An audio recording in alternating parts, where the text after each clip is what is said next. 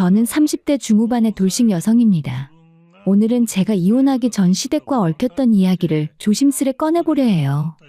감히 도와준 은혜도 모르고 제 위에 군림하려 했던 시어머니에게 단단히 한 방 먹였던 그날의 일과 참교육이라는 게 괜히 생긴 말은 아니라는 걸 보여줬던 경험이죠. 평소 사연을 들려주는 다른 분들 이야기를 듣다 보면 이게 진짜 현실일까 싶기도 하잖아요. 그런데 제 얘기도 빠질 수 없을 것 같아서 이렇게 적어봅니다. 사실 저는 시댁 식구들이 그나마 정상인 줄 알았어요. 다른 이야기들처럼 막장이거나 무개념인 사람들은 아니라 다행이라고 생각했죠. 그런데 사람 속은 겪어보지 않으면 모르는 일이더라고요. 겉으로는 점잖고 상식적인 줄 알았던 시어머니가 알고 보니 배은망덕하고 자기중심적인 사람이었을 줄은 정말 상상도 못했어요. 한때 우리 친정집에서 시어머니의 어려운 사정을 알고 조용히 도움을 준 적이 있었습니다. 그런데 그 고마움은 온데간데 없고 오히려 저를 집에서 내쫓으려 들더군요. 결국 본인이 뿌린 대로 거둬들였고 인생의 쓴맛을 톡톡히 보는 중입니다. 제 남편이요? 그 어머니의 아들답게 남편도 별반 다르지 않았어요. 그래서 저는 미련 없이 그 두 사람을 제 인생에서 정리했습니다. 예전에는 참고 견디며 사는 것이 미덕인 시대였을지도 모르죠. 하지만 요즘은 그런 세상이 아니잖아요. 여자라도 충분히 능력도 있고 혼자서도 충분히 살 수 있는데 왜 무개념 시댁을 감당하면서 살아야 하나요? 요즘 들어 더욱 절실히 느끼는 건 제가 인생에서 가장 잘한 일은 그 인간과 이혼한 것이라는 점입니다. 결혼은 내 인생에서 가장 큰 실수였지만 이혼은 제일 잘한 결정이었어요. 무슨 일이 있었기에 이렇게 말하냐고요? 이제 그 이야기를 하나씩 꺼내보겠습니다.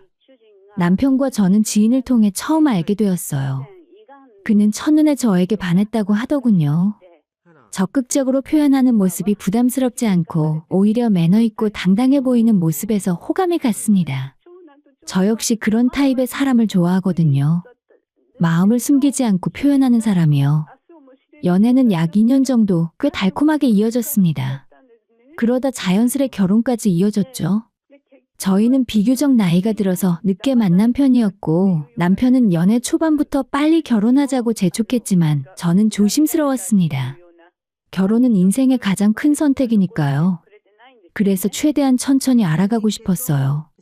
그래도 결국 결혼을 결심한 건 그가 저를 존중해준다고 느꼈기 때문이었어요.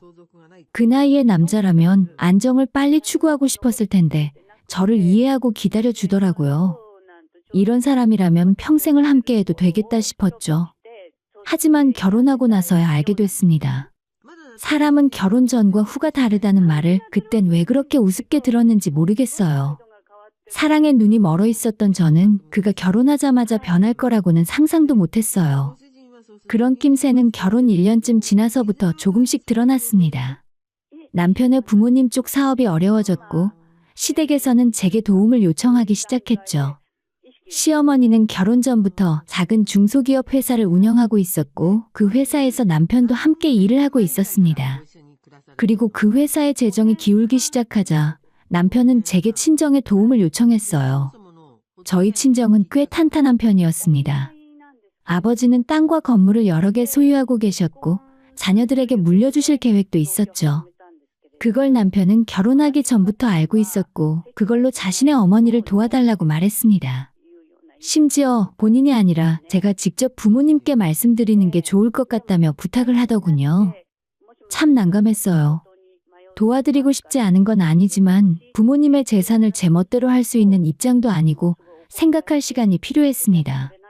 그렇게 고민하던 어느 날 시어머니가 직접 저희 집에 찾아왔어요.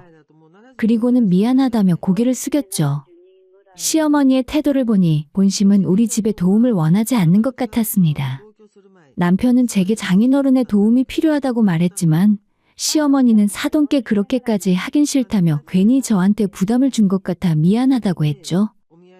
아들한테 얘기 다 들었어. 사돈께 도움을 구하자고 했다며. 내가 말하지 말라고 했는데 우리 아들이 괜히 속상해서 그런 소리를 한 것 같아. 너한테 괜한 부담을 줘서 어쩌니? 그 말을 들으며 저는 대답했어요. 아니에요. 남도 아니고 어머님 일이잖아요. 당연히 제가 알고 있어야죠. 그러자 시어머니는 제 손을 살며시 잡으며 웃었어요. 그렇게 말해줘서 고맙다. 그래도 이건 내 일이지 사돈께 말씀드릴 일은 아니야. 한두 푼도 아닌데 어떻게 도와달라고 하겠니? 나는 괜찮아. 괜히 너희 부모님 마음만 안 좋게 하지 말고 그냥 잊어버려. 그 말 끝에 나오는 한숨은 꾹 삼킨 듯했지만 그 무게는 느껴졌습니다. 구체적인 상황이 어떤지는 몰랐지만 회사 사정이 정말 심각하다는 건 충분히 알 수 있었어요. 남편과 저는 그 이후로도 여러 방법을 고민했지만 현실적으로 뾰족한 수는 없었습니다.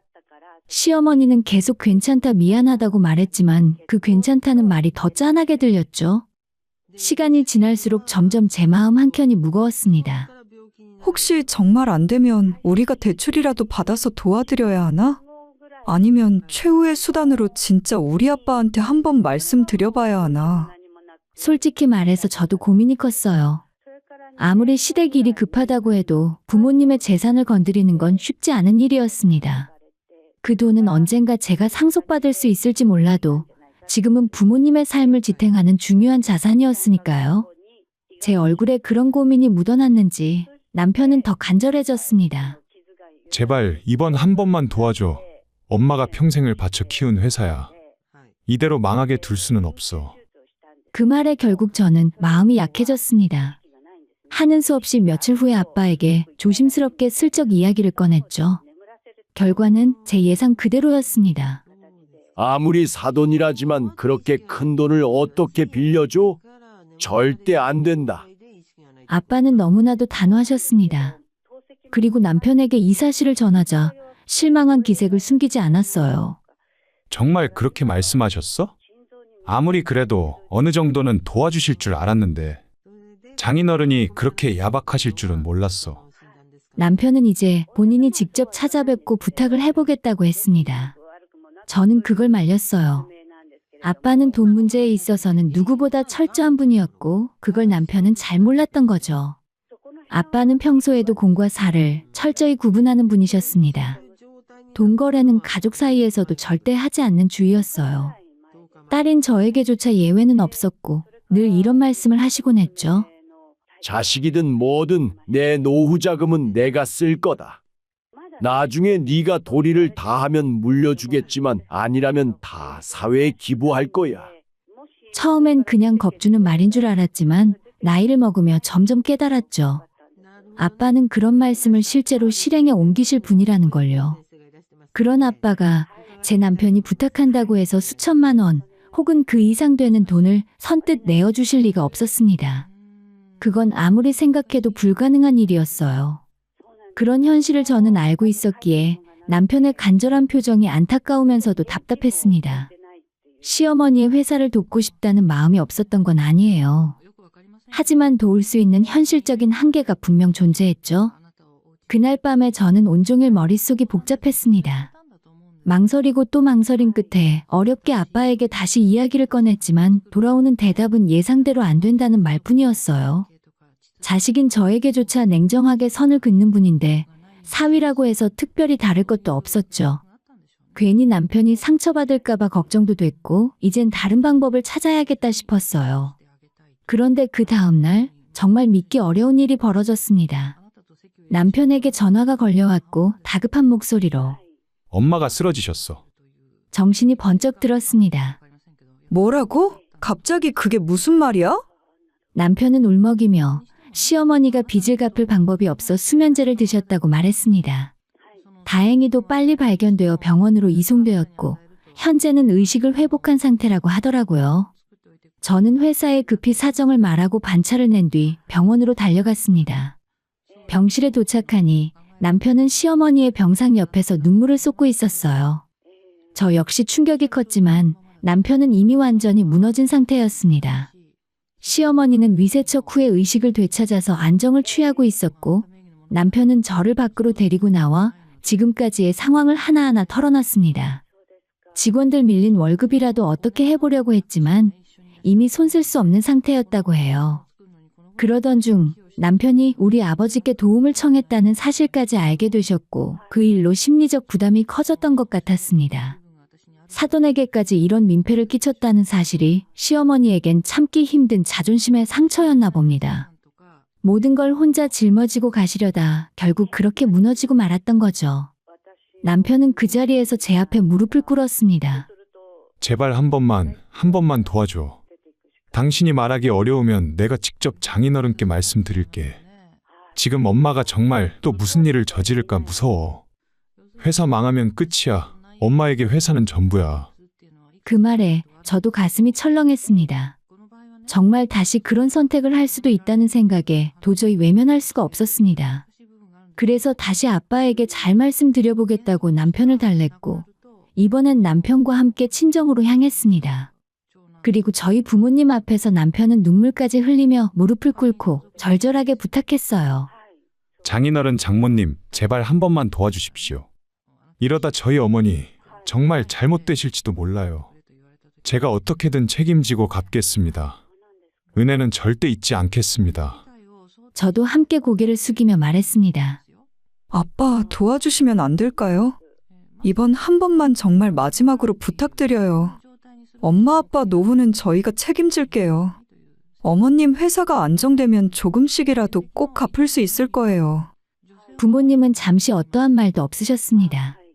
특히 아빠는 한동안 아무 말 없이 고개를 떨군 채 생각에 잠기셨어요. 그러다 마침내 고개를 들고 조용히 말씀하셨습니다. 알겠다. 도와주마. 저는 순간 귀를 의심했어요. 거절하실 줄로만 알았는데 흔쾌히 도와주시겠다니. 그래, 하나뿐인 자식이 이렇게까지 부탁하는데 게다가 사부인이 그렇게까지 힘들어 하셨다는데 돈이 아무리 중요해도 어떻게 외면하겠니? 남편은 울먹이며 고개를 숙였고 저도 안도의 한숨을 내쉴 수 있었습니다. 그동안 눌러왔던 불안이 조금은 풀리는 순간이었어요. 아빠는 곧바로 가지고 계신 땅과 아파트 중 처분 가능한 자산을 알아보겠다 하셨고 대신 조건이 하나 있다고 하셨습니다. 너희들 매달 원금과 이자를 갚을 수 있겠나?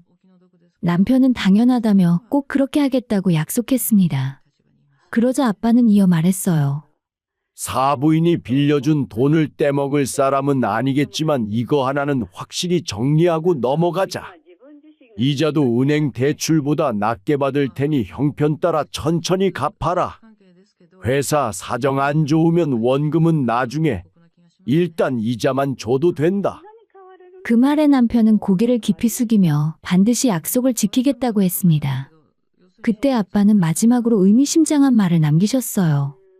우리는 자네를 믿네. 하지만 만에 하나 충분히 갚을 수 있게 되었는데도 돈을 갚지 않는다면 그땐 어떻게 할 건가? 남편은 곧바로 대답했습니다. 그땐 장인어른께서 원하시는 대로 하셔도 됩니다. 필요하시다면 회사 지분 전부 넘기겠습니다. 제가 공동대표로 등재돼 있으니 책임지고 전부 드릴 수 있어요. 그 말에 아빠는 고개를 끄덕였고 더 이상 서류나 계약서도 없었습니다. 그저 그 자리에서의 구두로의 약속, 그것이 전부였어요. 남편은 부모님 앞에서 제 앞에서 굳게 약속했습니다. 절대 이 은혜를 잊지 않겠다고, 반드시 책임지겠다고. 그때는 정말 그 말이 진심인 줄 알았습니다. 남편과 저는 부모님의 결정에 그저 감사할 따름이었어요. 그날 저는 우리 아빠의 또 다른 면을 보게 되었습니다. 평소 같았으면 절대 있을 수 없는 일이었는데 그렇게 자식 사정 앞에서는 한없이 부드러워지는 모습을 보니 놀라움과 동시에 따뜻함이 밀려왔습니다. 자식이 어렵다니까 별다른 조건 없이 돕겠다는 그 마음, 그게 바로 부모의 사랑이었죠. 처음엔 이자도 받지 않겠다고 하셨어요. 그냥 원금만 천천히 갚아라. 그걸로 충분하다. 하지만 남편이 언제 회사가 안정될지 장담할 수 없으니 일단은 이자만이라도 받으시라 했고 그렇게 합의가 이루어졌습니다. 그렇게 해서 아빠는 시세보다 저렴하게 땅과 아파트를 금매로 내놓으셨고 곧 매수자가 나타나서 그 돈으로 시댁을 도와주셨습니다. 그 돈으로 남편은 당장 급한 불을 끄기 시작했어요. 시어머니는 여전히 병원에서 요양 중이었고 남편이 그 자리를 대신해 회사를 돌봤습니다. 몇 달이 흐르고 위태롭던 회사는 차츰 안정을 찾아갔습니다. 시어머니도 조금씩 기력을 회복하며 퇴원을 해서 집에서 휴식을 취했고 회사의 재정이 안정을 찾을수록 그녀의 표정도 밝아졌어요. 그 무렵 시어머니가 제게 조심스럽게 말을 꺼냈습니다. 너희 부모님이 도와주신 거 다 들었어. 진심으로 고맙다. 우리 집에 너 같은 며느리 들어온 건 정말 큰 복이야. 이 은혜 절대 잊지 않을게. 솔직히 처음엔 망설였어요. 시어머니가 알게 되면 자존심이 상해 불편해하지 않으실까. 하지만 다행히 남편이 조심스레 잘 전달해 주었고 시어머니는 예상 외로 따뜻한 반응을 보여주었습니다.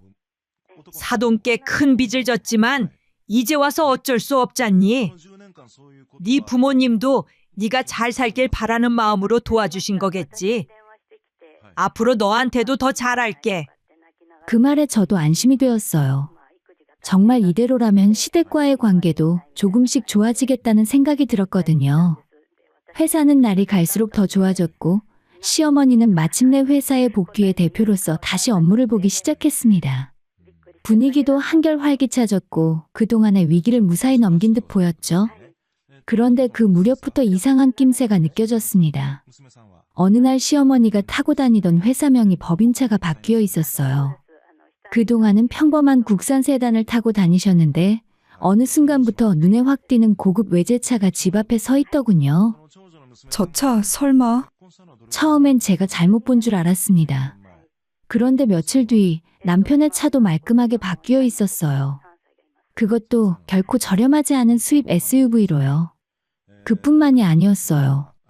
두 사람의 표정에서, 말투에서, 옷차림에서 느껴지는 여유로움. 말은 없었지만 저는 직감할 수 있었습니다. 아, 회사가 확실히 살아났구나. 그리고 이제는 꽤 많이 여유가 생겼구나. 그동안은 회사 사정이 어렵다는 이유로 앞밖에 원금은커녕 이자만 겨우 드리고 있었는데 이렇게 회사가 다시 잘 돌아가고 있는 상황이라면 이제는 원금도 조금씩 갚을 수 있지 않나 그런 생각이 들었습니다. 제 입장에서는 당연한 생각이었죠. 남편도 시어머니도 그때는 그렇게 말했잖아요. 회사 사정 좋아지면 꼭 갚겠다고 돈을 갚는 걸 넘어 은혜까지 갚겠다고요. 그 말들이 머릿속을 떠나지 않았습니다. 그런데 이상하게도 그 이후부터 남편의 태도가 조금씩 변하기 시작했어요. 저는 남편의 회사 사정이 눈에 띄게 좋아진 것 같아 조심스레 남편에게 말을 꺼냈습니다.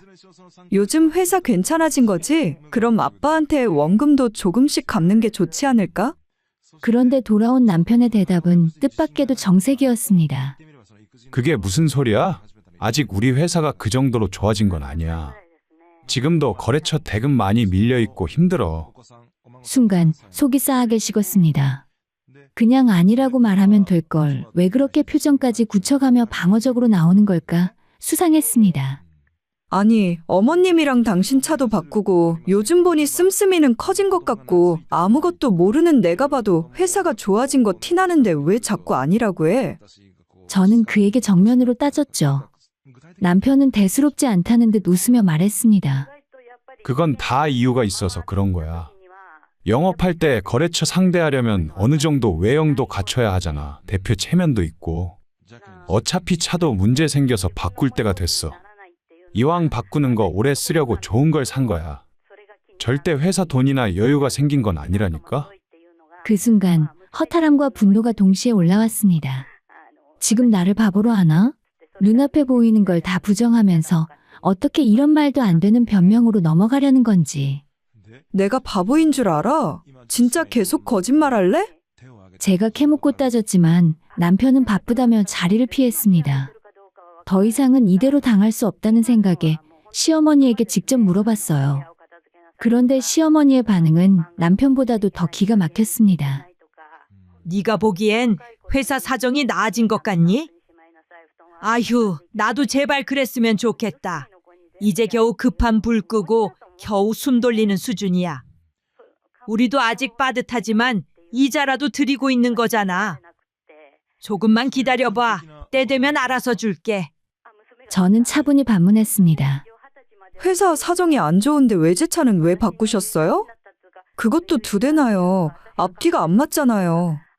그러자 시어머니의 태도가 돌변했습니다. 얘가 자꾸 뭐라는 거야? 우리가 널 왜 속여? 사야 바꿀 만한 이유가 있으니까 바꾼 거지. 그거 다 빚이야. 빚. 우리가 돈 있어서 바꾼 줄 알아? 그리고 말인데 너도 적당히 좀 해. 돈 몇 푼 빌려줬다고 이렇게까지 해도 되는 거야?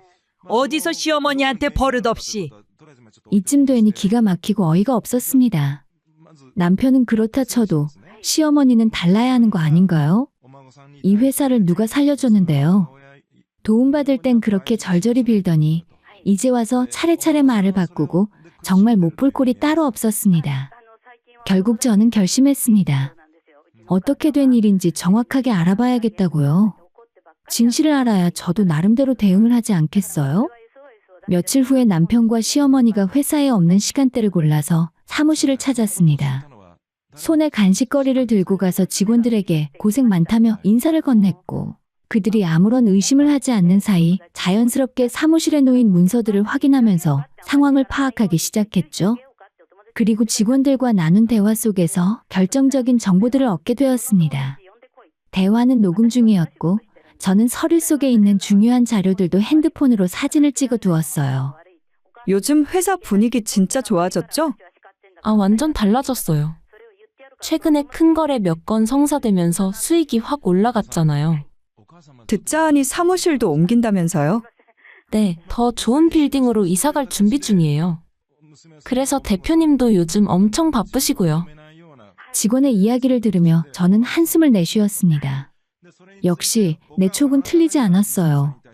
이들이 그렇게나 잡아떼던 이유가 뭘까? 돈은 받아놓고 책임은 회피하고 이제는 그 은혜를 모른 척하려는 걸까? 진실을 알게 되니 조금씩 분노가 차올랐습니다.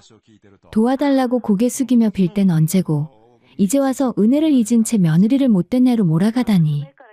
이 모든 걸 보고 들으면서도 저는 조용히 기다렸어요. 확실한 증거가 있었고 이제 곧 그들에게 진짜 책임을 물을 시간이 다가오고 있었으니까요. 집으로 돌아온 저는 남편에게 당당히 증거를 내밀었습니다. 이게 당신이 말한 그 힘들다는 회사야? 이 계약서들 당신이 성사시킨 거래들이잖아. 회사가 잘 돌아가고 있는데 왜 아직도 아빠 돈은 갚지 않고 있는 건데? 남편은 저를 보며 차가운 눈빛을 보냈습니다. 그러더니 예상치 못한 반응이 튀어나왔죠. 당신, 우리 허락도 없이 회사 와서 몰래 서류 찍고 그게 정상이야? 그건 범죄야. 당신 지금 나를 못 믿겠다는 거야? 소름 끼친다. 이런 식으로 행동하는 사람하고 앞으로 어떻게 같이 살아? 그 순간 아찔했습니다. 잘못은 그들이 했는데 되레 저를 범죄자 취급하고 있었습니다. 저는 더 이상 참을 수 없었어요. 다 필요 없어. 당장 아빠 돈부터 갚아. 갚을 능력이 되면서도 안 갚는 건 용서 못해. 당신 입으로 약속했잖아. 책임지겠다고. 그러자 남편은 또다시 회사를 핑계댔습니다. 회사를 더 키워야 하니까 돈이 필요해. 안 갚는 게 아니라니까? 일단 기다려. 그리고 다시는 회사 근처에도 얼씬거리지 마. 또 한 번 이렇게 하면 그땐 나도 경찰에 신고할 거야. 그 말에서 이제는 더 이상 그를 믿을 이유가 없다는 걸 확실히 느꼈습니다. 한때는 울며 무릎 꿇던 사람, 절대 은혜 잊지 않겠다고 말하던 사람이 맞나 싶었죠. 그런데 이들은 여기서 멈추지 않았습니다. 오히려 저를 쫓아내기 위해서 더 나아갔습니다. 어느 날 시어머니가 이혼 서류를 들고 와서 제게 말했습니다. 이제 순순히 도장 찍고 나가.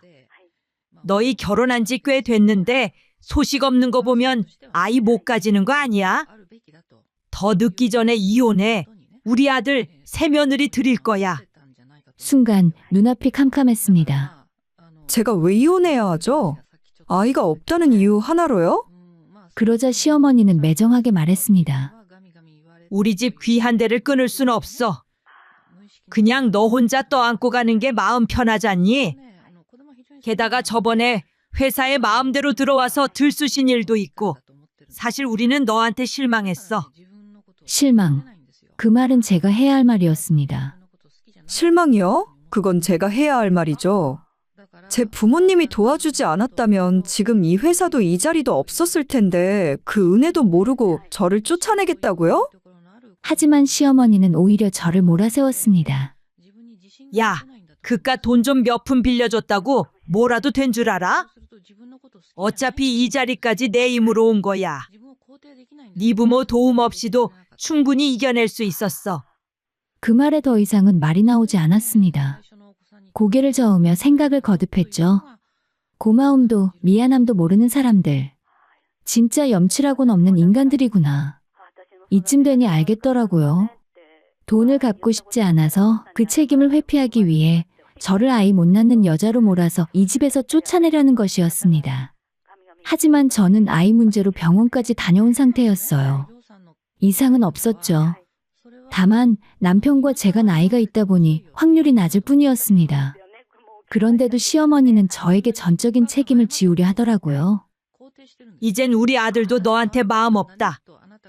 그냥 좋게 정리하자. 더 이상 추하게 엮이지 말고. 그 말에 제 속은 새까맣게 타들어갔습니다. 이들이 끝내 책임을 떠넘기려는 게 보였고, 무엇보다 제 아버지의 돈을 조금도 갚지 않겠다는 그 비열한 속내가 뚜렷이 느껴졌어요. 결국 저는 마음을 굳혔습니다. 이 집안을, 이 사람들을 버리기로요. 내가 마주한 건 사람이 아니었습니다. 은혜를 원수로 갚고 책임을 거짓말로 덮고 끝내는 사람 하나를 짓밟아 내쫓으려는 사람들. 마음 준 것도 믿음도 다 후회됐지만 그래도 하나는 확실했습니다. 이들과 더 이상 같이 살 이유가 없다는 것을요. 결국 저도 입을 열었습니다. 그래요. 저도 없는 정까지 떨어졌어요. 이렇게 개념 없는 인간들이랑은 더는 한 집에서 숨쉬고 싶지도 않으니까 이혼할게요. 대신 받아야 할 건 하나도 빠짐없이 다 받아갈 겁니다. 우리 부모님이 빌려준 돈도 돌려받을 거고 거짓말과 배신에 대한 위자료까지 청구할 거라고 단호하게 말했습니다. 그러자 그들은 도와준 것뿐이지 빌려준 건 아니라고 말도 안 되는 궤변을 늘어놓기 시작했습니다. 그냥 어려워 보여서 사돈지간의 호의로 도운 것뿐이지 누가 빌려달라고 했어? 그리고 사용증 서류라도 썼어? 심지어 지금까지 보내고 있던 이자에 대해서도 고마워서 그냥 챙겨드린 것뿐이라며 끝까지 돈 빌렸다는 사실을 잡아떼더군요. 그래서 저는 말했어요. 좋아, 그럼 법대로 할게요. 당신들이 우리 아빠 앞에서 했던 말, 난 똑똑히 기억하니까요. 절대 그냥 넘기지 않을 거예요. 시어머니 앞에서 말은 당당하게 했지만 마음은 복잡했습니다. 구두로 주고받은 말만으로는 내가 증명해야 할 몫이 더 크니까요. 불안하고 막막했지만 짐을 챙겨 친정으로 돌아왔습니다. 그리고 오랜만에 마주한 부모님의 얼굴 앞에서 참았던 눈물이 터지고 말았어요. 정말 너무 죄송했습니다. 애초에 저를 믿고 도와주신 분들인데 배신에 가까운 소식을 안겨드린 제 자신이 부끄러웠습니다. 그런데 그때 아빠가 조용히 제 손에 볼펜을 하나 쥐어주셨어요. 전쟁터 나가는데 총 없이 나가면 안 되지. 이게 총알이다. 그건 볼펜이 아닌 녹음기였습니다. 그날 남편이 부모님께 약속했던 모든 말이 녹음이 되어 있었죠. 아빠는 말하셨습니다. 그리고 혹시 몰라서 변호사를 통해 법적 자문까지 받아놨어. 구두 계약도 증거가 있으면 충분히 효력이 있어. 그놈이 틀림없이 급한 불 끄면 약속을 어길 줄 알고 준비해뒀다. 그 말에 저는 정말 머리를 얻어맞은 듯한 충격을 받았습니다. 아빠는 이미 모든 걸 예상하고 대비하고 계셨던 거예요. 그래서 그렇게 평소에 돈 거래는 문서로 한다고 강조하셨고 아무리 가까운 사람과도 말은 남기지 말고 증거를 남기라고 하셨던 거였습니다. 그리고 저는 그 녹음기를 가지고 아버지가 소개해준 변호사를 찾았습니다. 변호사는 제게 말했죠. 서면 계약이 없어도 구두 계약은 법적으로 유효합니다. 증거로 남겨진 녹취 그리고 당신은 그 자리에 있었던 증인이기도 하니까 이건 충분히 이길 수 있는 싸움입니다. 그 말을 듣자 마음속에서 타오르던 분노가 차갑게 바뀌었습니다. 그래, 끝을 보자. 배신에는 책임을, 은혜를 원수로 갚은 자들에게는 대가를 치르게 해야지.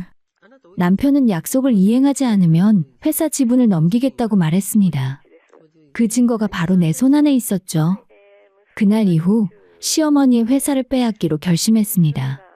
돈만 받아내는 것보다 시어머니가 목숨처럼 아끼는 그 회사를 가져오는 게 가장 처절한 복수라는 생각이 들었어요. 모든 법적 준비가 끝났고 변호사와 함께 시어머니의 회사를 찾았습니다.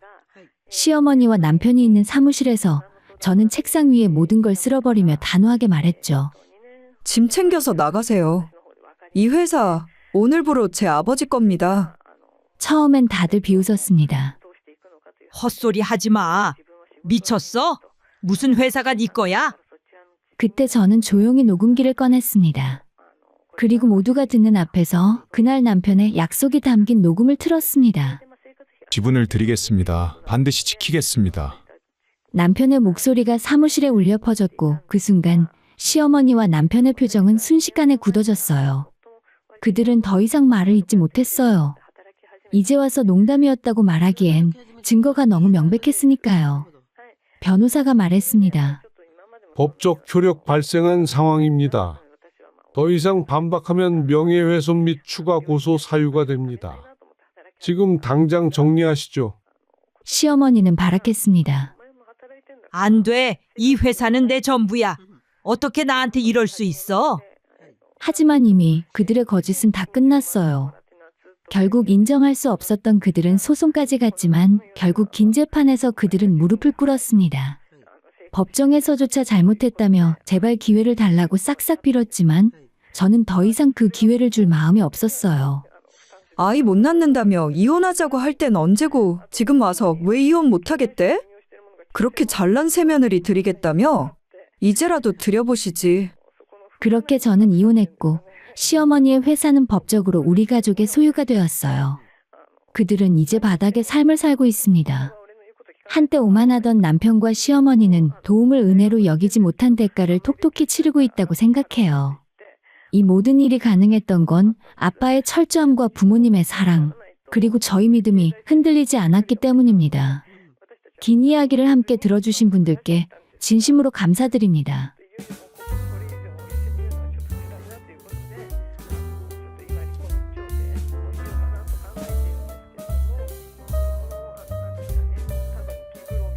장인어른, 그런 구멍가게 금방 망해요.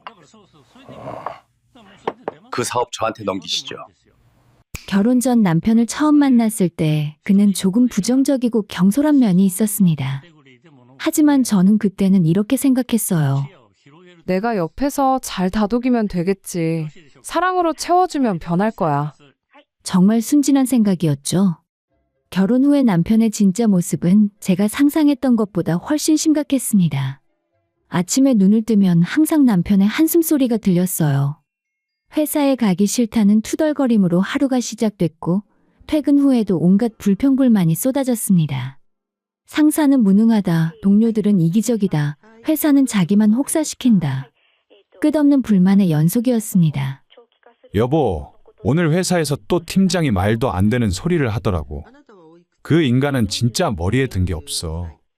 그래도 상사인데 그렇게까지 말하는 건. 당신은 몰라. 직장 생활 안 해봤잖아. 내가 밖에서 얼마나 고생하는데. 제 말은 언제나 이렇게 무시당했어요. 남편은 자기 말만 옳고 다른 사람의 의견은 전혀 듣지 않았습니다. 심지어 초등학생인 딸 예지 앞에서도 거침없었습니다. 아빠, 오늘 학교에서 선생님이 칭찬해 주셨어. 그래? 근데 예지야, 세상에는 본인은 실력 없으면서 남한테 칭찬만 해대는 사람들이 많아. 너도 나중에 크면 알게 될 거야. 그 말을 듣는 딸의 표정이 어두워지는 걸 볼 때마다 가슴이 미어졌습니다. 아이에게까지 부정적인 세계관을 심어주는 남편이 너무나 미웠어요. 다행히 예지는 그런 아빠를 닮지 않았습니다. 오히려 저를 더 많이 닮아서 밝고 긍정적인 아이로 자라주었죠.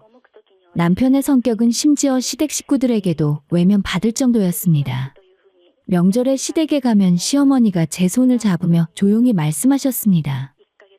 우리 아들이 성격이 좀 그렇지. 미안하다. 네가 참 고생이 많겠구나.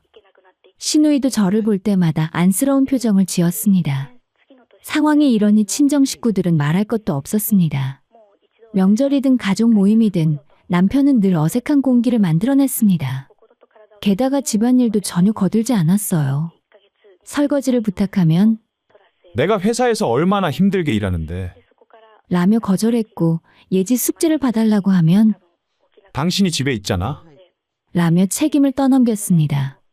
주말에는 하루 종일 소파에 누워서 TV만 봤어요.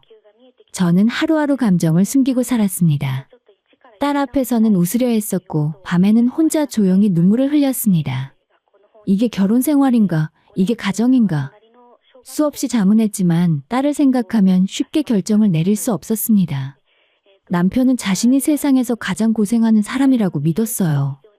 자기만 힘들고 자기만 노력하고 자기만 불행하다고 생각했죠. 하지만 정작 옆에서 그를 견디며 살아가는 저와 딸의 고통은 전혀 보지 못했습니다. 당신은 편하게 집에만 있으면서 뭐가 그렇게 힘들어? 이 말을 들을 때마다 저는 입을 다물었습니다. 설명해봤자 이해하지 못할 사람이었으니까요. 그렇게 저는 점점 지쳐갔고 남편과의 관계는 회복 불가능한 지경에 이르렀습니다. 하지만 아직 저는 결정을 내리지 못하겠더라고요. 무엇이 옳은 선택인지, 예지를 위해 어떻게 해야 하는지 혼란스러웠으니까요.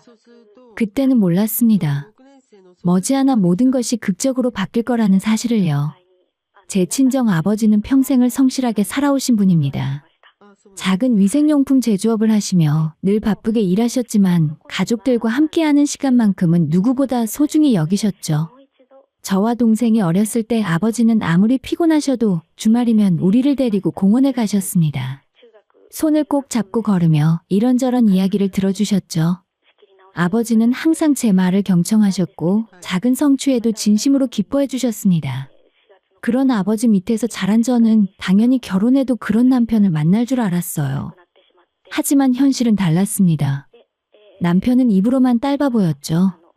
사람들 앞에서는 우리 딸 자랑을 늘어놓았지만 정작 집에서는 아이에게 전혀 관심을 주지 않았습니다.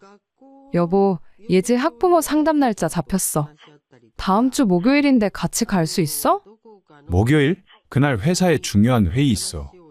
당신 혼자 다녀와. 지난번에도 혼자 갔잖아. 선생님이 아빠도 오시면 좋겠다고 하셨는데.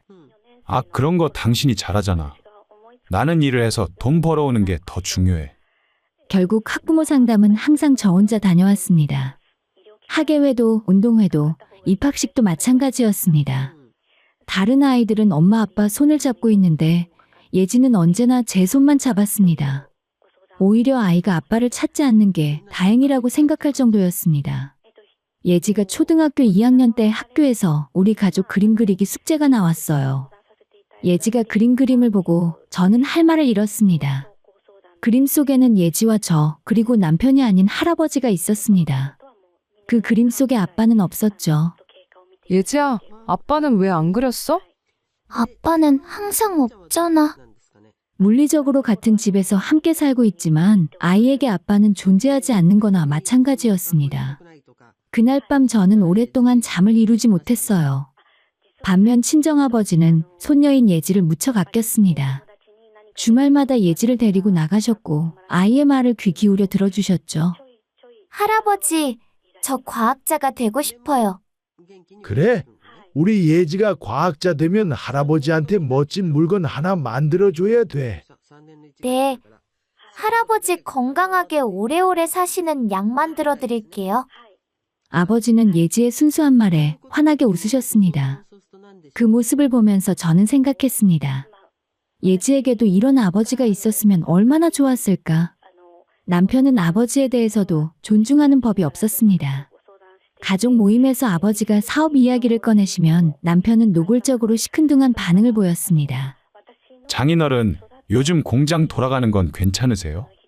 남편이 예의 없는 말투로 물어보면 아버지는 담담하게 대답하셨습니다. 그럭저럭 잘 돌아가고 있지. 요즘 경기가 어려워서 쉽지는 않지만. 그러면 남편은 참지를 못하고 꼭 한마디를 덧붙였어요. 장인어른 같은 분들은 잘 모르시겠지만 요즘은 대기업 시스템이 아니면 살아남기 힘들어요. 저희 회사만 해도 체계적으로 돌아가니까 안정적이거든요. 아버지는 그저 조용히 웃으셨지만 저는 남편의 그런 말투가 너무나 불쾌했습니다. 아버지는 평생 성실하게 사업을 일궈 오신 분입니다. 남들에게 피해를 주지 않고 직원들 월급 한 번 밀린 적 없이 책임감 있게 운영해 오셨죠. 그런 아버지를 깎아내리는 남편의 태도가 견딜 수 없었습니다. 어느 날 저는 참다 못해 남편에게 말했습니다. 당신, 우리 아버지한테 그렇게 말하는 거 정말 보기 안 좋아. 아버지가 얼마나 힘들게 사업을 일구셨는데. 뭐? 내가 뭐라고 했는데? 그저 사실 말한 것뿐이잖아. 당신은 맨날 장인어른 편만 들어. 편을 드는 게 아니라 기본적인 예의 문제야. 장인어른을 존중하는 게 그렇게 어려운 일이야? 내가 뭘 잘못했다고? 당신 집안 사람들은 너무 예민해. 농담도 못하게 만들어. 대화는 언제나 평행선이었습니다. 남편은 자신의 잘못을 절대 인정하지 않았습니다. 오히려 제가 지나치게 반응한다며 저를 탓했죠. 명절 때도 마찬가지였습니다. 친척들이 모인 자리에서 아버지는 늘 겸손하셨지만 남편은 자기 자랑으로 일관했습니다. 저희 회사는 말이죠. 복지가 정말 좋아요. 요즘 같은 시대에 이런 회사 찾기 힘들죠. 친척들이 적당히 맞장구를 쳐주면 남편은 더욱 신이 나서 떠들었습니다. 저는 그런 남편이 부끄러워서 고개를 들 수 없었습니다. 시간이 흐를수록 저는 아버지와 남편의 차이를 더욱 명확히 느꼈어요. 아버지는 가족을 위해 묵묵히 헌신하는 분이었고 남편은 자신만을 위해 사는 사람이었습니다. 예지도 점점 할아버지를 따랐고 아빠와는 거리를 두기 시작했어요. 엄마, 나 커서 할아버지처럼 착한 사람이 될래.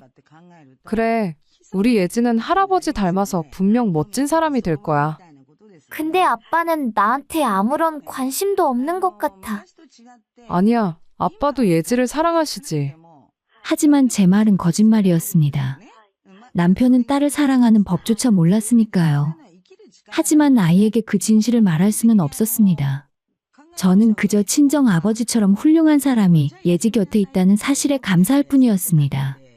아버지의 회사는 오랫동안 안정적이지만 크게 성장하지는 못하는 상태였습니다. 칫솔 살균기를 비롯한 위생용품을 제조하는 작은 공장이었죠. 직원도 10명 남짓이었고 아버지는 항상 먹고 살 만큼은 되니까 감사하지. 라고 말씀하셨습니다. 그런데 예상치 못한 일이 벌어졌습니다. 해외 유명한 인플루언서가 자신의 일상을 담은 영상에서 우연히 아버지 회사의 칫솔 살균기를 소개한 것입니다. 그 영상이 입소문을 타면서 조회수가 수백만을 넘어섰고 한국이 아닌 해외에서 주문이 폭증하기 시작했습니다. 지영아, 이게 도대체 무슨 일이야? 영어로 된 주문 메일이 하루에 수십 통씩 와. 아버지는 당황하신 목소리로 전화를 하셨습니다. 평소 조용하던 공장이 갑자기 북새통이 된 것이죠. 아버지, 제가 가서 도와드릴게요. 저는 망설이지 않고 대답했습니다. 때마침 예지가 초등학교 고학년이 되면서 제 시간이 조금 생긴 상황이었고 무엇보다 아버지를 돕고 싶었습니다. 결혼 후에 경력이 단절된 채 살아왔지만 예전에 무역회사에서 일을 해본 경험이 있었기에 충분히 도움이 될 수 있었습니다. 공장에 도착하자 정말 난리가 난 상태였어요. 주문은 쏟아지는데 생산량은 턱없이 부족했고 해외 바이어들과의 소통도 제대로 이루어지지 않고 있었습니다. 아버지, 일단 긴급하게 직원을 더 뽑아야 할 것 같아요. 그리고 생산 라인도 확장해야 하고요. 그래야 하는데 당장 뭘 먼저 해야 하지? 아버지는 제품 개발에는 천재셨지만 막상 경영 실무는 익숙하지 않으셨습니다. 저는 곧바로 인력 채용 공고를 내고 공장 확장을 위한 계약서를 검토하기 시작했어요. 처음에는 낯설었습니다. 오랜만에 일을 하려니 손이 굳은 것 같았죠. 하지만 며칠 지나지 않아서 예전 감각이 돌아왔습니다. 바이어들과 영어로 메일을 주고받고 납품 일정을 조율하고 품질 관리 체크리스트를 만들었습니다. 사장님, 이번 달 목표 물량 달성했습니다. 직원들이 기쁜 목소리로 보고할 때마다 저도 뿌듯했습니다. 제가 누군가에게 필요한 사람이라는 느낌, 제 능력을 발휘할 수 있다는 기쁨이 오랜만에 찾아왔습니다. 회사는 빠르게 성장할 수 있었죠. 2달 만에 직원이 20명으로 늘었고 공장도 옆 건물까지 확장했습니다. 아버지는 매일 신기하다는 표정으로 바쁘게 움직이는 공장을 바라보셨습니다. 지영아, 네가 없었으면 어쩔 뻔했니? 정말 고맙구나. 무슨 말씀을 그렇게 하세요? 제가 아버지 덕분에 다시 일할 수 있게 된 거죠. 아버지와 함께 일하는 시간은 행복했습니다. 오랜만에 제 존재 가치를 느낄 수 있었고 무엇보다 아버지가 기뻐하시는 모습을 보는 게 좋았어요. 하지만 남편의 반응은 달랐습니다. 저녁에 지친 몸으로 집에 돌아오면 남편은 소파에 누워 TV를 보고 있었습니다. 오늘도 늦게 오네. 저녁은? 미안해. 오늘 바빠서 못 챙겼어. 배달시켜 먹을까? 요즘 좀 바쁘다더니 집안일은 완전히 팽개치는구나. 당신이 집안일 좀 도와주면 안 돼? 나도 일하는데. 그게 무슨 일이야? 장인어른 구멍가게 좀 거드는 게 일이라고? 구멍가게. 그 말을 들었을 때 저는 이성을 잃을 뻔했습니다. 아버지가 평생을 일궈온 회사를 지금 이렇게 성장하고 있는 회사를 구멍가게라니요. 지금 뭐라고 한 거야? 사실이잖아. 그냥 운 좋게 외국 바이어 하나 걸린 거지. 무슨 대단한 사업이라고. 나중에 열기 식으면 다시 원래대로 돌아갈 거야. 저는 더 이상 대꾸하지 않았습니다. 남편과 대화하는 게 무의미하다는 걸 깨달았기 때문입니다. 어떤 말을 해도 그는 이해하지 못할 것이었습니다. 예지는 저와 아버지가 함께 일하는 걸 자랑스러워했어요. 엄마, 오늘 학교에서 친구들한테 할아버지 회사 이야기했어. 다들 신기해하더라? 그래, 우리 예지가 자랑했구나. 응, 엄마랑 할아버지 정말 멋있어. 나도 커서 할아버지 회사에서 일할래. 아이의 순수한 말에 저는 미소를 지었습니다. 적어도 예지는 제가 하는 일을 존중해 주었으니까요. 회사는 계속 성장했습니다. 불과 6개월 후에는 미국과 일본에서도 대량 주문이 들어왔고 아버지는 해외 수출 전담 부서를 만드셨죠. 저는 무역 업무를 전담하며 바쁜 나날을 보냈습니다. 어느 날 아버지가 조용히 말씀하셨어요. 지영아, 나중에 이 회사 네가 물려받았으면 좋겠구나. 예지도 있고 너도 이제 일을 하니까 혹시라도 사위랑 관계가 안 좋아지면 언제든지 네 힘으로 살 수 있도록 해주고 싶어. 아버지는 이미 제 결혼 생활이 행복하지 않다는 걸 알고 계셨습니다. 직접 말씀하시지는 않았지만 저를 지켜보며 마음 아파하셨던 것이죠. 고맙습니다, 아버지. 그날 저는 오랜만에 눈물을 흘렸습니다. 남편에게서는 절대 받을 수 없었던 믿음과 사랑을 아버지에게서 받았기 때문이었죠. 하지만 남편은 여전히 변하지 않았습니다. 오히려 시간이 갈수록 더 심해졌습니다. 제가 일하느라 늦게 들어오는 날이면 화를 냈고 집안일을 못한다고 트집을 잡았습니다. 회사가 잘 된다는 소식을 들으면 비아냥거렸죠. 그래봤자 일시적인 거야. 곧 망할 텐데 뭐. 저는 그런 말을 들으며 생각했습니다. 이 사람과 계속 살아야 할까? 하지만 아직 결정을 내리지 못했습니다. 예지 때문이었고 혼자 살아갈 자신도 없었기 때문이에요. 그러던 어느 날 저는 결정적인 장면을 목격하게 됩니다. 그리고 그 순간이 제 인생을 완전히 바꿔놓게 되었죠. 공장 확장 공사가 한창이던 어느 오후였습니다. 현장 감독과 미팅을 마치고 공장 근처 카페로 향했습니다. 계약서를 검토하며 커피 한 잔 마시려던 참이었죠. 카페 문을 열고 들어서는 순간 저는 그 자리에 얼어붙었습니다. 창가 자리에 남편이 앉아 있었는데 혼자가 아니었습니다. 옆에는 모르는 여자가 있었고 두 사람은 서로에게 몸을 기울인 채 다정하게 대화를 나누고 있었어요. 남편의 손이 테이블 위에서 그 여자의 손을 감싸주고 있었습니다. 심장이 쿵하고 내려앉는 것 같았어요. 하지만 이상하게도 눈물은 나오지 않았습니다. 분노도 슬픔도 아닌 묘한 감정이 밀려왔습니다. 드디어 때가 왔구나. 저는 재빨리 휴대폰을 꺼내서 사진을 찍었습니다. 여러 장을 찍고 동영상도 몇 초 촬영했어요. 손이 떨렸지만 증거 확보에는 성공했습니다. 그리고 남편이 눈치채기 전에 조용히 카페를 빠져나왔습니다. 차에 돌아와 앉자 온몸에 힘이 쭉 빠지는 것 같았죠. 핸들을 붙잡고 한동안 멍하니 앉아 있었습니다. 남편과의 추억들이 주마등처럼 스쳐 지나갔어요. 처음 만났을 때의 설렘, 결혼식 날의 기쁨, 예지를 낳았을 때의 행복. 하지만 그 후로는 고통과 무시, 외로움뿐이었습니다. 언제부터였을까 궁금했습니다. 언제부터 남편은 다른 여자를 만났을까? 아니, 어쩌면 이번이 처음이 아닐지도 모릅니다. 그동안 제가 모르는 사이에 얼마나 많은 일들이 있었을까요? 그날 저녁, 남편은 평소보다 조금 늦게 귀가했습니다. 다녀왔어. 저녁은 먹었어? 회사 근처에서 동료들이랑 먹었어. 거짓말이었습니다. 너무나 자연스럽게 거짓말을 하는 남편을 보며 저는 속으로 씁쓸하게 웃었어요. 이 사람은 그동안 저에게 얼마나 많은 거짓말을 해왔을까요? 그래, 수고했어. 저는 아무렇지 않은 척 대답했습니다. 아직은 때가 아니었고 차근차근 준비해야 했으니까요. 다음 날 저는 변호사 사무실을 찾아갔습니다. 저희 지역에서 이혼 전문 변호사로 유명한 곳이었죠. 그럼 일단 증거 자료를 보여주시겠어요? 변호사는 차분한 목소리로 물었습니다. 저는 휴대폰에 저장된 사진과 영상을 보여드렸어요. 이 정도면 충분합니다. 다만 더 확실한 증거가 있으면 좋겠네요. 혹시 차량 블랙박스나 남편분의 신용카드 내역 같은 건 확인해 보셨나요? 아직이요. 어떻게 해야 할까요? 일단 남편분의 동선을 파악해 보세요. 그리고 가능하다면 통신 내역도 확보하시고요. 변호사는 구체적인 방법들을 알려주었습니다. 저는 꼼꼼히 메모하며 들었습니다. 이혼은 감정으로 하는 게 아니라 전략으로 하는 것이더라고요. 그날부터 저는 조용히 증거를 모으기 시작했습니다. 남편이 늦게 들어오는 날이면 차량 블랙박스를 확인했습니다.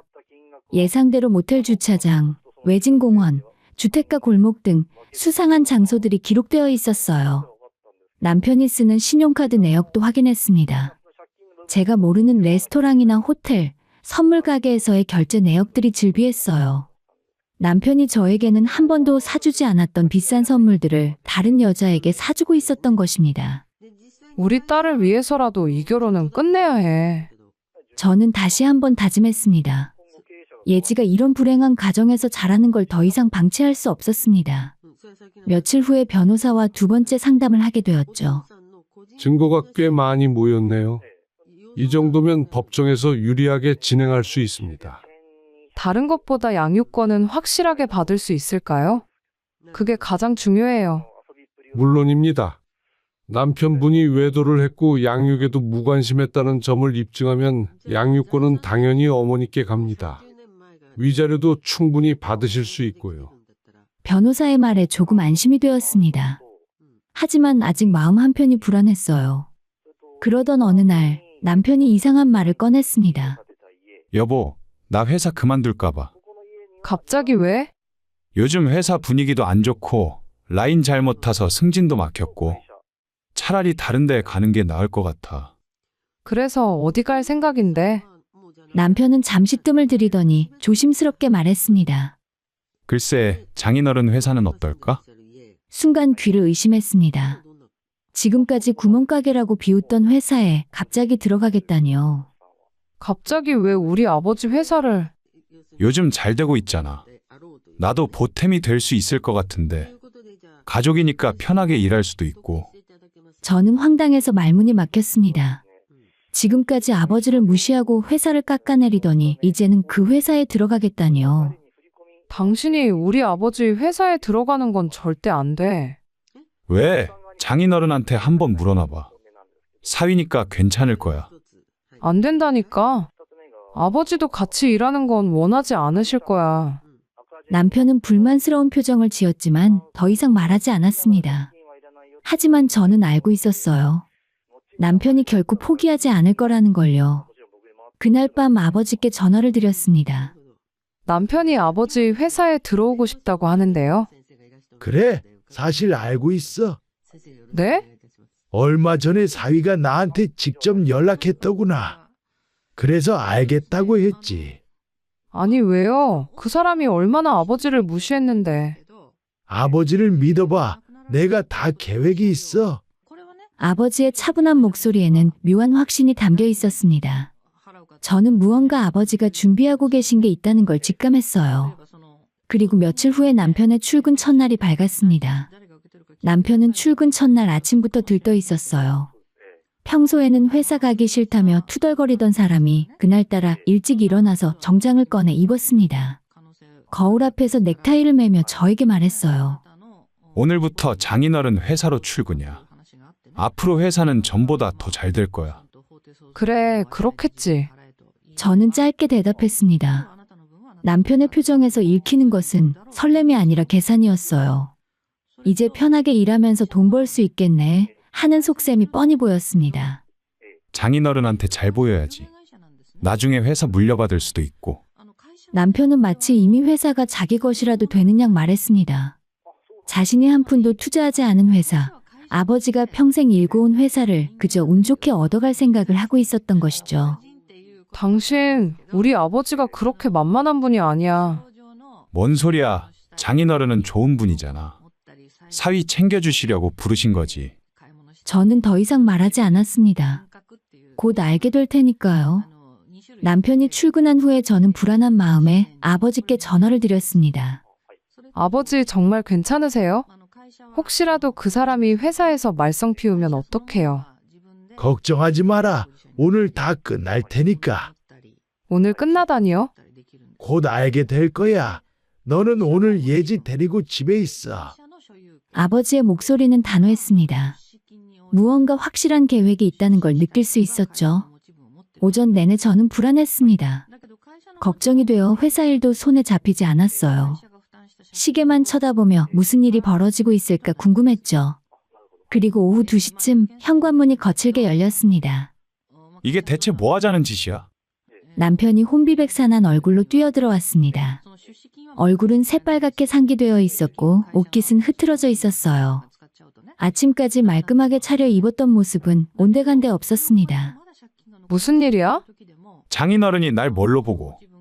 남편은 말을 제대로 잇지 못했습니다. 손이 부들부들 떨리고 있었습니다. 진정하고 말해봐. 무슨 일이 있었는데? 나를 직원들 앞에서 망신을 줬어. 남편은 소파에 주저앉으며 고함을 질렀습니다. 저는 조용히 물었습니다. 아버지가 왜? 아니 그게 남편은 말을 더듬었습니다. 무언가 말하기 곤란한 이유가 있는 것 같았죠. 그때 제 휴대폰이 울렸습니다. 아버지였습니다. 지영아, 네 남편 방금 집에 돌아갔지? 도대체 무슨 일이 있었던 거예요? 회사로 와봐라. 설명해 줄게. 저는 남편을 집에 두고 서둘러 회사로 향했습니다. 사무실에 도착하자 아버지가 책상 위에 태블릿을 올려놓고 계셨어요. 이걸 봐라. 아버지가 보여주신 것은 어떤 영상이었습니다. 지난 몇 주간 남편의 행적이 고스란히 담겨 있었습니다. 낯선 여자와 함께 차에 타는 장면, 모텔 주차장에 차를 세우는 장면, 다정하게 걸어가는 뒷모습들이 다 찍혀 있었죠. 아버지 이건 언제부터 알고 계셨어요? 한 달 전부터야. 네가 변호사 사무실 간다는 이야기를 동생한테 들었어. 그래서 내가 먼저 증거를 모으기 시작했지. 아버지는 담담하게 말씀하셨습니다. 그 녀석이 우리 회사에 들어오고 싶다고 연락했을 때 나는 기회라고 생각했어. 제대로 혼을 내주고 싶었거든. 그래서 오늘 그 자식이 출근하자마자 이 영상을 보여줬지. 그리고 이렇게 말했어. 내 딸을 이렇게 배신하고도 우리 회사에 들어올 생각을 했냐? 당장 나가라! 아버지의 목소리는 차가웠습니다. 평소 온화하신 모습과는 전혀 다른 단호한 모습이었어요. 저는 순간 눈물이 났습니다. 분노도 슬픔도 아닌 묘한 해방감 같은 것이었죠. 아버지가 제가 참아하지 못했던 일을 해주신 것입니다. 아버지 고맙습니다. 미안하다. 내가 사위를 잘못 봤어? 네가 이렇게 고생할 줄 알았으면 진작에. 아니에요, 아버지. 제 선택이었어요. 이제 나머지는 제가 정리할게요. 저는 아버지를 안심시키고 집으로 돌아왔어요. 남편은 여전히 소파에 앉아서 멍하니 있었습니다. 당신, 나랑 이야기 좀 해. 지금은 말하기 싫어. 지금 해야 해. 우리 이혼해야 할 것 같아. 남편이 고개를 번쩍 들었습니다. 뭐? 이혼? 당신이 외도한 거 다 알아. 증거도 충분히 있어. 변호사도 이미 선임했고. 잠깐, 지영아, 장인어른한테 무슨 소리를 들었나 본데. 그건 오해야. 그 여자랑 나랑은 그냥 회사 동료일 뿐이야. 거짓말하지 마. 나도 영상 다 봤어. 당신 신용카드 내역도 확인했고. 신용카드 이야기까지 꺼내자 남편의 얼굴이 창백해졌습니다. 나는 당신을 용서할 수 없을 것 같아. 이젠 예지를 위해서라도 이혼해야 해. 예지한테는 아빠가 필요해. 우리가 이혼하면 애가 받을 상처는 생각 안 하는 거야? 예지는 당신 같은 아빠 없어도 잘 자랄 거야. 오히려 당신이 없는 게 더 나아. 남편은 계속 사정했습니다. 울기도 하고 화를 내기도 했어요. 하지만 저는 흔들리지 않았습니다. 이미 결심한 일이었으니까요. 딱 일주일 줄게. 일주일 안에 집에서 나가. 그리고 나머지는 변호사 통해서 연락할게. 지영아, 저는 남편의 외침을 뒤로하고 방으로 들어갔습니다. 문을 잠그고 침대에 앉았어요. 온몸이 떨렸지만 마음은 이상하게 평온했습니다. 드디어 끝이 보이기 시작했어요. 길고 고통스러웠던 결혼 생활의 끝이요. 남편은 일주일 만에 집을 나갔습니다. 짐을 싸는 동안 계속 미안하다는 말을 반복했지만 저는 한마디도 대꾸하지 않았어요. 이미 제가 할 말은 다 끝났으니까요. 예지는 아빠가 떠나는 걸 보면서도 눈물을 흘리지 않았습니다. 오히려 조용히 제 손을 잡아주었어요. 엄마 괜찮아? 괜찮아. 우리 이제 앞으로 더 행복해질 거야. 예지는 어린 나이였지만 많은 것을 이해하고 있었습니다. 아빠가 엄마를 힘들게 하고 집안 분위기가 늘 무겁고 불편했다는 것을요. 아이는 제 품에 안기며 작은 목소리로 말했습니다. 이혼 소송은 생각보다 빠르게 진행되었어요. 저희 측 변호사가 준비한 증거 자료들이 워낙 확실했기 때문입니다. 블랙박스 영상, 신용카드 내역, 제가 직접 찍은 사진과 동영상, 그리고 회사 동료들의 진술까지. 남편은 변명할 여지가 없었습니다. 피고 측에서 합의를 제안했습니다. 변호사가 전화로 알려주었습니다. 조건은 어떤가요? 양육권은 당연히 의뢰인께 가고요. 위자료와 재산 분할도 우리 쪽 요구대로 받아들이겠답니다. 다만 금액을 조금 낮춰달라는데. 안 돼요. 한 푼도 깎을 수 없어요. 저는 단호하게 말했습니다. 이건 돈 문제가 아니었습니다. 남편에게 제대로 된 대가를 치르게 해야 했으니까요. 결국 남편은 제 조건을 모두 받아들였습니다. 양육권은 완전히 제게 넘어왔고 위자료도 상당한 금액을 받아냈습니다. 남편 명의로 되어 있던 아파트도 제 것이 되었습니다. 상간녀에 대한 소송도 동시에 진행했어요. 알고 보니 그 여자도 유부녀였더라고요. 남편의 회사 동료였는데 자신도 결혼한 몸으로 남편과 외도를 한 것이었죠. 상간녀의 남편도 이혼 소송을 준비 중이랍니다. 변호사가 말해주었습니다. 그 남자가 굉장히 화가 나 있어서 위자료를 최대한 많이 받아낼 거라고 하더군요. 그럼 우리 전 남편은 네, 두 군데서 위자료를 물어내야 하는 상황이죠. 게다가 회사도 그만뒀으니. 남편은 결국 모든 것을 잃었습니다. 스스로 쌓아 올렸던 모든 것이 한순간에 무너진 것입니다. 남편과 이혼하고 친정으로 이사한 후에 저와 예지의 삶은 완전히 달라졌어요. 무엇보다 집안 분위기가 정말 밝아졌습니다. 더 이상 누군가의 눈치를 볼 필요가 없었고 한숨소리도 불평불만도 들리지 않았어요. 할아버지, 저 오늘 학교에서 100점 받았어요. 그래, 우리 예지 정말 대단하구나. 아버지는 손녀를 끌어안으며 환하게 웃으셨습니다. 예지도 예전보다 훨씬 밝아졌어요. 웃음소리가 집안 가득 퍼졌고 가끔은 친구들을 데려와 놀기도 했습니다. 그리고 아버지의 회사는 계속해서 성장했어요. 해외 수출이 늘어나면서 직원도 이젠 30명으로 늘었고 공장도 2배가 넘게 확장했습니다. 저는 본격적으로 경영 실무를 맡게 되었고 아버지는 신제품 개발에 집중하셨죠. 지영아, 이제 정식으로 이사로 임명하려고 하는데 어떻게 생각해? 저요? 아직은 부족한데.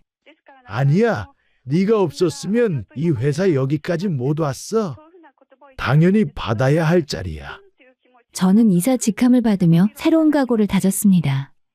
예지와 저를 위해서 그리고 아버지의 믿음에 보답하기 위해서 더 열심히 일하겠다고요. 이혼 후 몇 달이 지났을 때 우연히 전 남편 소식을 들었습니다.